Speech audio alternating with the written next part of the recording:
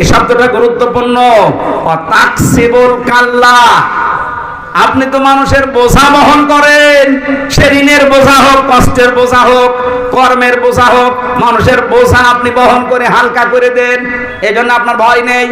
অথচ বাংলাদেশের দিকে তাকান, কত মানুষ এই দেশে আছে, হাজারো মানুষের বোঝা বহন করা দূরের কথা, হালকা করা দূরের কথা, আরো বোঝা ভারী করে দিয়ে গেল।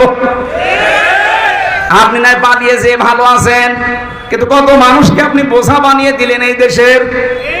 এই যে যাদের আজ পা নেই, হাত নেই, চোখ নেই, অন্ডকোষ পর্যন্ত অনেকের উড়ে গেছে, এরা আজ পরিবারের জন্য বোঝা না? বলেন না কেন? লক্ষ কোটি কোটি টাকা মারিং কাটিং করে বিদেশে পাচার করে এই দেশকে একটা বোঝা দিয়ে গেলেন, ঋণের বোঝা। এই দেশে এখন কেউ জন্ম নিলে সে 1 লাখ টাকা ঋণ। এই যে বিশাল বোঝা দিয়ে আপনি খুব আরামে আছেন, তামাম পৃথিবীর ভয় আপনার মনের ভেতরে আল্লাহ ঢুকিয়ে দেবে। এই জন্য আমাদের উচিত হচ্ছে আমরা বোঝা হালকা করব। এই কথা বলেন না কেন? আপনি মন থেকে বলেন তো, আপনি দল করেন আর যাই করেন। এই যে 2780 জন এখন হাসপাতালে, এই 2024-এর আন্দোলনে, জুলাই আগস্টের আন্দোলনে যারা হাত হারিয়েছে, পা হারিয়েছে, চোখ হারিয়েছে, এরা কিন্তু তার পরিবারের কাছে বোঝা। বোঝা না? কোনদিন কিয়ামতের আগে চোখটা ফেরত দিতে পারবেন? বিশাল দিয়ে গেলেন তার পরিবারের জন্য, সারা জীবন ওই সন্তানটা তার মা বাবার কানা লাগবে।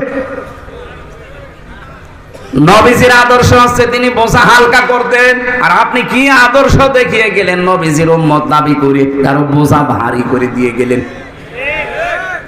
আল্লাহর মাফ তো দূরের কথা, জনগণও মাফ করবে না।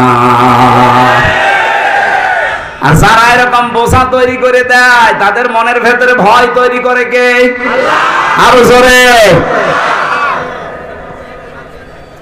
এই জন্য আমরা সতর্কবাণী উচ্চারণ করছি, আমি সহ যারা এসেছি, আমরা যেন সতর্ক হয়ে জীবন যাপন করি।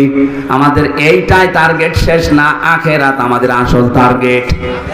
ওইটা যেন আমরা নষ্ট করে না ফেলি। আল্লাহ আমাকে সব প্রত্যেককে তুমি আয়াত মেনে চলার তৌফিক দাও, বলেন আমিন। আমাদের প্রত্যেকেরই কম বেশি পরিবার আছে।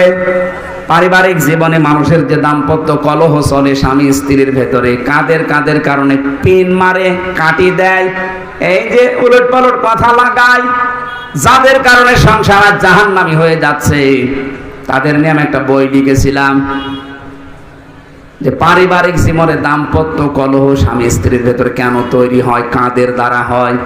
এটা নিয়ে নিজের মেয়েকে, নিজের বউকে, নিজের ফুফুকে এগুলো পড়াবেন।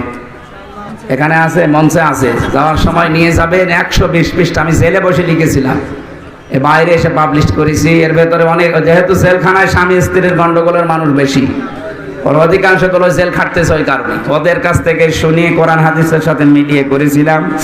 যাওয়ার সময় এটা নিয়ে যান, কাজে লাগবে। আবার সামনে আসলে দেখবো ইনশাআল্লাহ। আল্লাহুম্মা আমিন।